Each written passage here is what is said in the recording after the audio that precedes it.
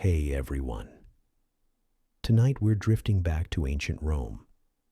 So, if you're already tucked in, lights dimmed, maybe a cup of tea nearby that you'll forget to finish, you're in the right place. Because we're about to wander through the lives of people who lived in the shadows of the Colosseum.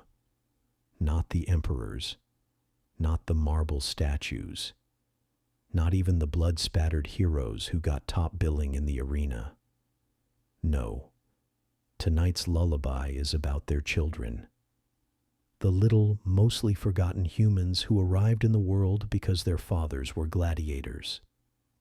Which sounds dramatic, but in reality was often messy, inconvenient, and rarely celebrated. Now, if you're imagining Roman children growing up swinging tiny wooden swords, preparing to be mini Spartacuses, I regret to tell you the reality is less cinematic and naturally much more complicated, because gladiators weren't exactly the sort of people Rome wanted to admit were real humans with personal lives. They were property, entertainment, disposable. The fact that they could also become parents? Well, that wasn't really in the brochure.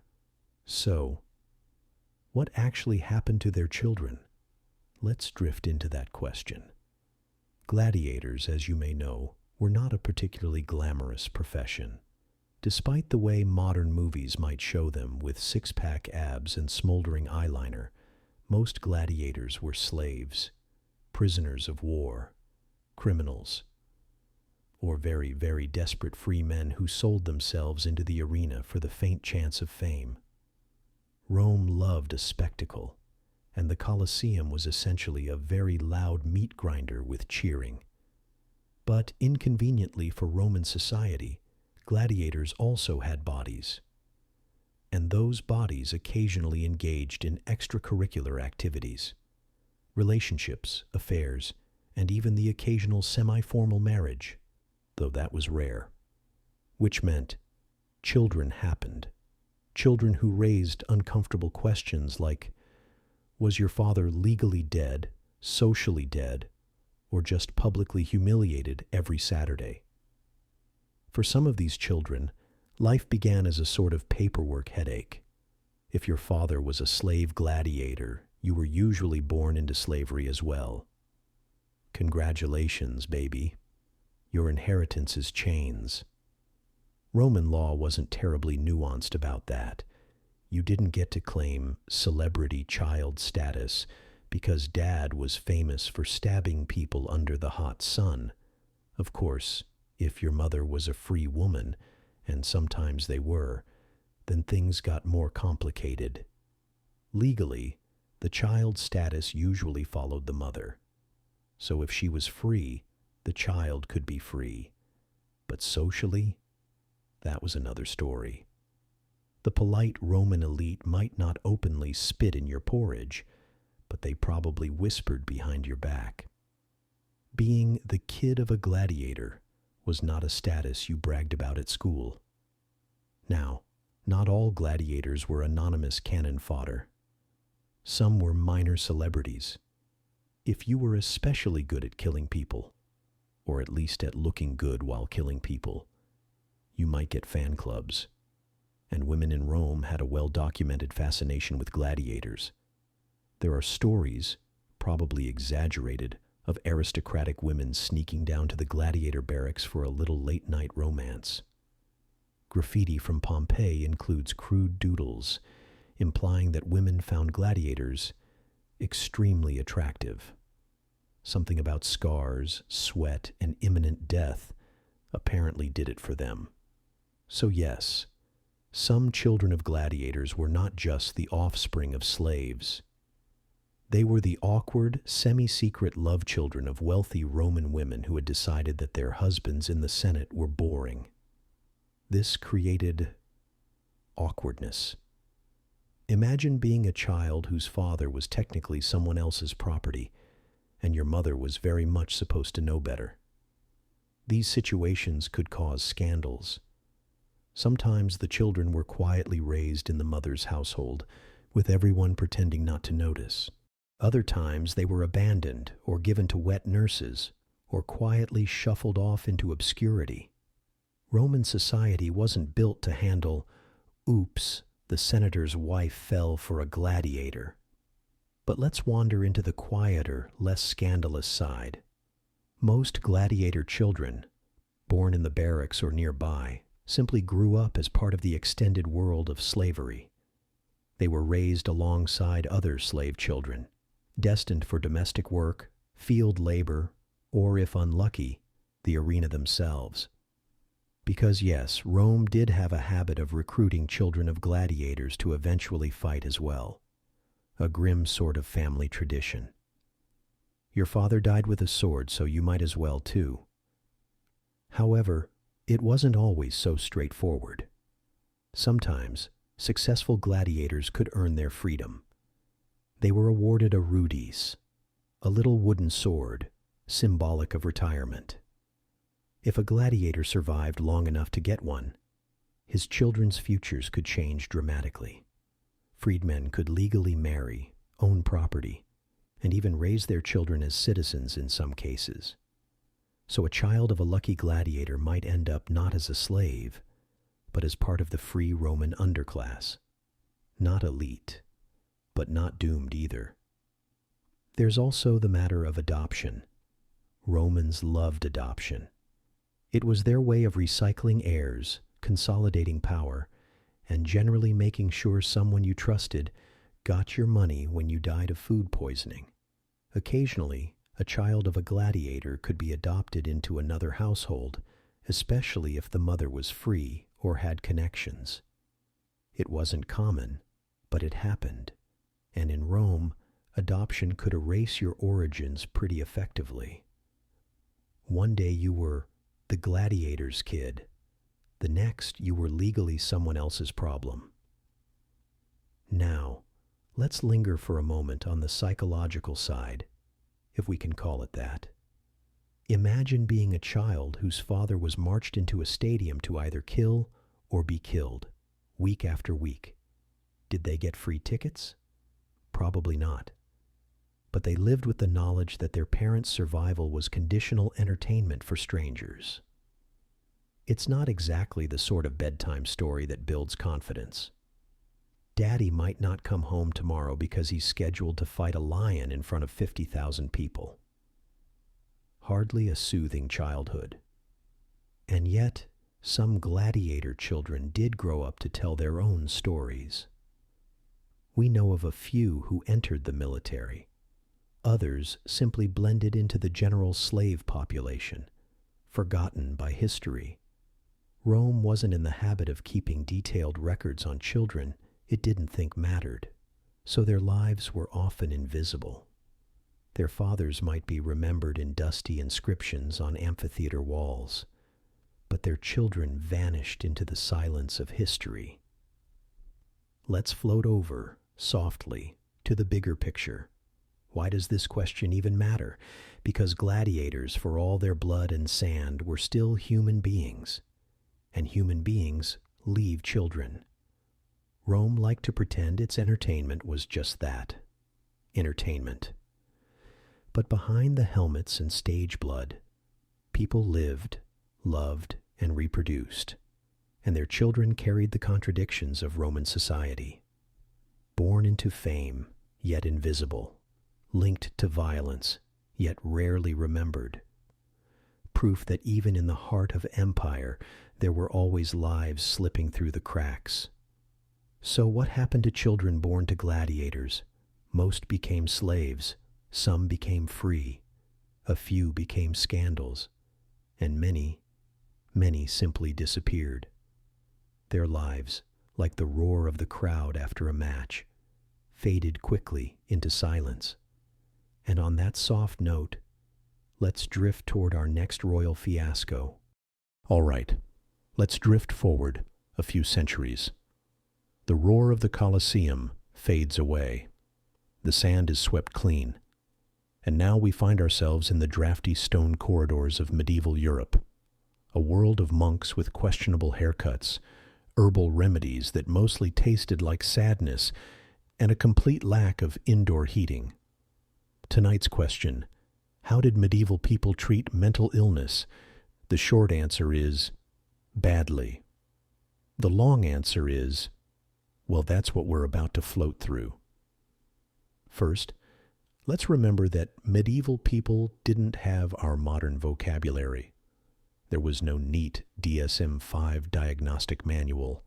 Instead, they lumped most forms of psychological distress into broad categories like madness, melancholy, or possession, which admittedly covered everything from depression to epilepsy to simply being too eccentric at dinner. If you laughed at the wrong moment or stared too long into the fire, someone might whisper that you were touched by the devil, which was not the ideal rumor to have in a small village. The dominant explanation, unsurprisingly, was religious. Mental illness was often viewed as a spiritual problem, not a medical one. If you were hearing voices, clearly those voices weren't the product of brain chemistry. They were demons. Obviously. Because who else would be interested in bothering you at 3 a.m? And so, treatment often began with prayer. Lots and lots of prayer. Priests would recite psalms over the afflicted. Holy water might be sprinkled. Relics of saints were placed nearby. Because nothing says soothing medical environment quite like a fragment of St. Someone's femur next to your bed. If prayer didn't work, the next step was usually exorcism, which was exactly as subtle as it sounds. Chanting, candles, commanding invisible forces to leave the body. The whole production. Some exorcisms were relatively mild, little more than spoken prayers. Others involved beating the afflicted person, because naturally violence was thought to be therapeutic. Nothing says gentle care like being slapped with a crucifix. But let's not pretend the church had a monopoly on treatments. Medieval medicine had its own theories, rooted in the ancient idea of the 4 humors: blood, phlegm, black bile, and yellow bile. The human body, they thought, was basically a soup. And if the soup was out of balance, your mind would suffer. So, what did doctors prescribe for mental illness? Bloodletting, of course, because if you're sad, surely losing a pint of blood will cheer you right up. Or purging, which meant forcing you to vomit, or, let's put it politely, clear your system.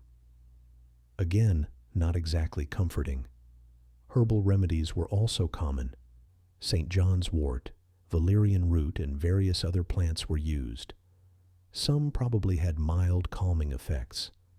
Others just made you drowsy, which was close enough to a cure in their eyes. If you fell asleep mid-anxiety, the treatment was considered successful. Now we should drift gently toward one of the darker realities. Those with severe mental illness were often confined. Families might keep relatives locked in back rooms, or monasteries might take them in. The idea of asylums was slowly forming, but early versions were more prisons than hospitals. Patients might be chained, beaten, or simply neglected. It wasn't that people were inherently cruel, though some certainly were. It was that they didn't know what else to do. Fear plus ignorance rarely produces compassion. And yet, not all stories were bleak. Some communities showed surprising tolerance. Medieval villages often had their harmless madmen who were simply accepted as eccentric. They wandered, muttered, sometimes made prophecies. People might even view them as touched by God, because if you're going to be odd in medieval Europe, it helps to be odd in a way that can be interpreted as holy. Mystics, for example, often had experiences that today might be labeled hallucinations or delusions. But instead of being locked away, they were sometimes revered. Saints like Catherine of Siena or Hildegard of Bingen described visions, voices, and intense spiritual experiences. Rather than dismissing them as ill, many contemporaries saw them as divinely inspired. Which raises the question, how much of what we call illness versus holiness was simply branding? Now, let's wander toward the wealthy, because of course, the nobility always had their own set of rules. If a peasant heard voices, it was demons. If a king heard voices, it was divine guidance. The diagnosis depended heavily on your social rank. Take Charles VI of France. He was known as Charles the Mad. At times he thought he was made of glass and feared shattering if touched. Not a great quality in a medieval monarch, but instead of being burned at the stake, he was pampered, hidden, and occasionally humored. Because if you're wearing a crown, people are much more polite about your delusions. Similarly, Joanna of Castile, often called Joanna the Mad, had a reputation for obsessive jealousy and erratic behavior. Her husband's death hit her hard, and she reportedly kept his embalmed body nearby for years. Today, we might see grief mixed with possible mental illness. At the time, it was treated as scandalous but also politically convenient. Labeling her mad kept her from ruling.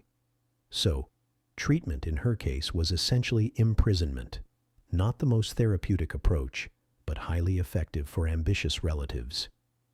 Let's pause for a moment and consider. Did any treatment actually help? Occasionally, yes. Herbal remedies sometimes calmed nerves. A peaceful monastery might provide rest and routine. Pilgrimages, while exhausting, gave sufferers structure and distraction. And the placebo effect has been around since long before the term was invented. If you believed the holy water would heal you, sometimes it did. At least a little.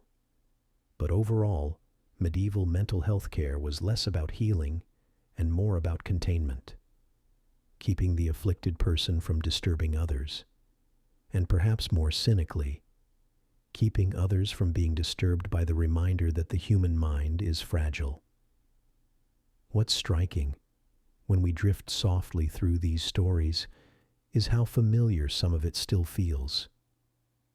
Yes, the demons and holy relics have mostly gone out of fashion, but the urge to explain, contain, or hide mental illness has never really vanished.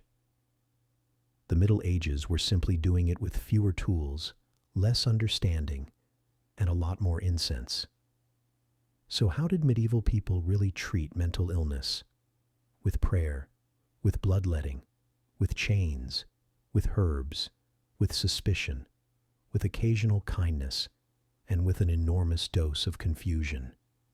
It was a patchwork of superstition and trial and error, reflecting a world that didn't yet understand the mind, but still feared its mysteries. And on that note, let's quietly leave the dim monasteries and flickering candles behind, because our next stop is a little smellier.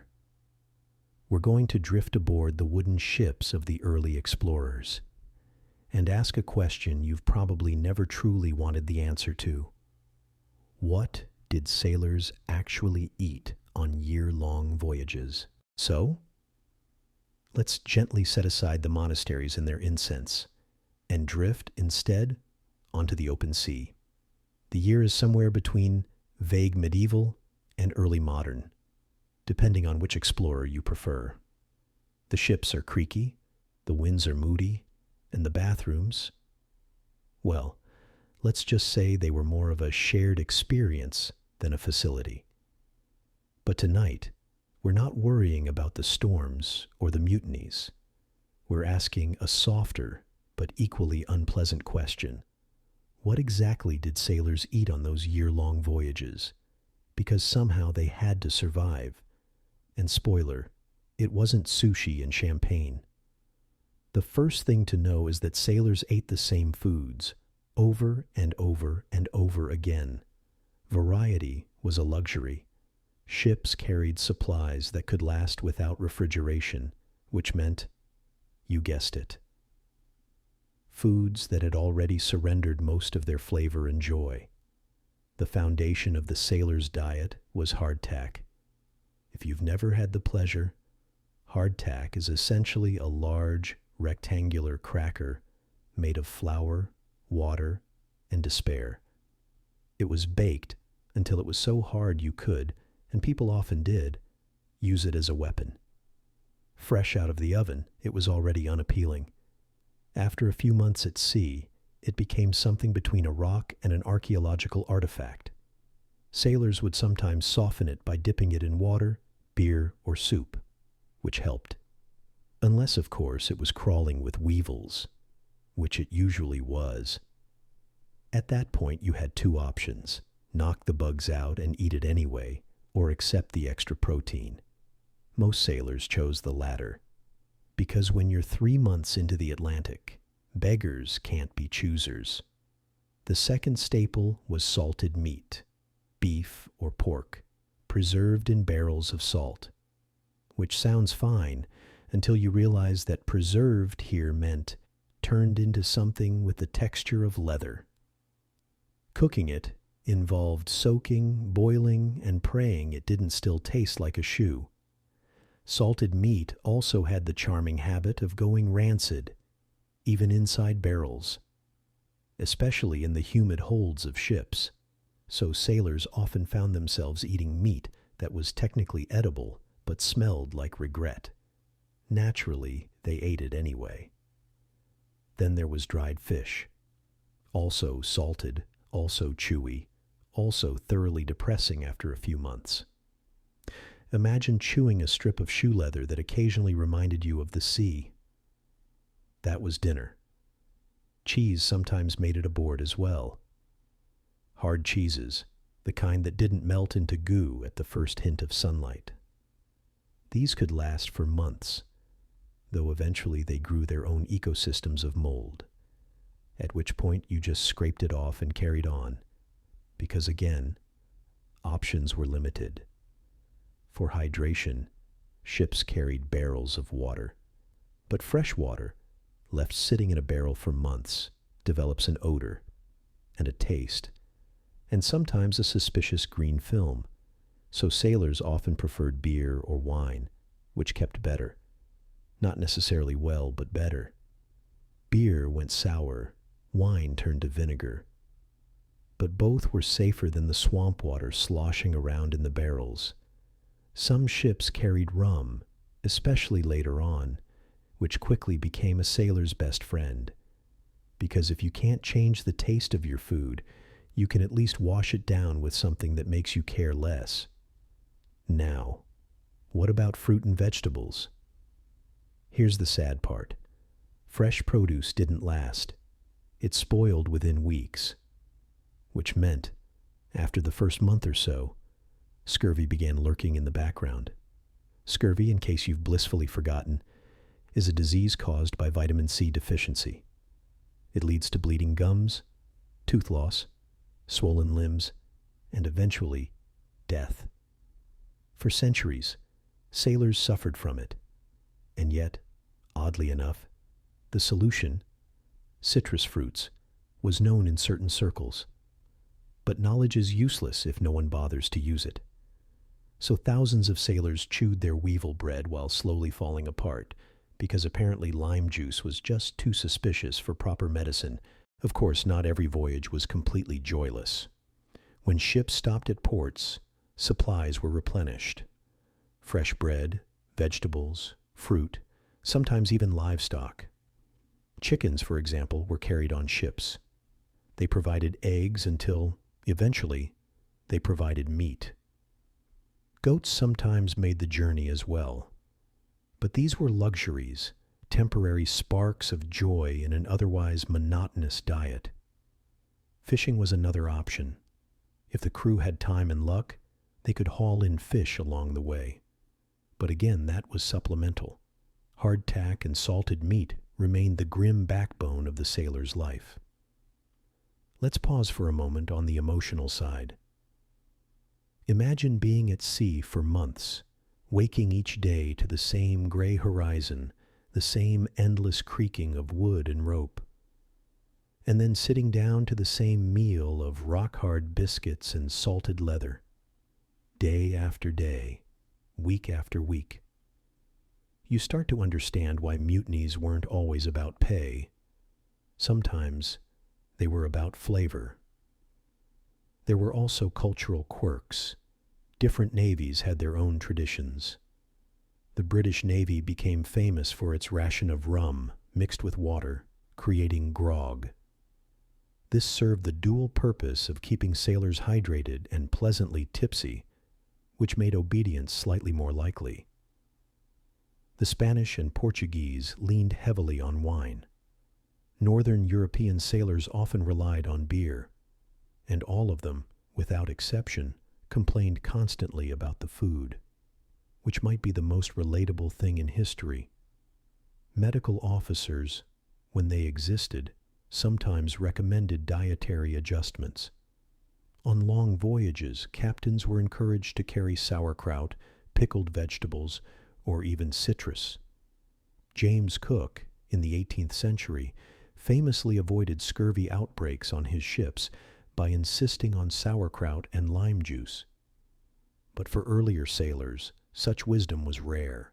They just accepted that their gums would eventually detach from their teeth, a charming occupational hazard. And yet, despite the misery, some sailors grew oddly attached to their rations. Hardtack was, after all, reliable. It didn't spoil the way meat did. It was always there, waiting in the barrel, ready to be gnawed like an edible brick. Some even toasted it or fried it when oil was available, creating what passed for variety. This, my friends, is the origin of ship's biscuit cuisine, because even when life gives you weevils, you make weevil bread. Now, did anyone actually enjoy this diet? Probably not. But in the strange way humans adapt, it became normal. Sailors joked about it, sang songs about it, even carved hardtack into playing pieces when it was too hard to eat. Food was grim, but it was also community.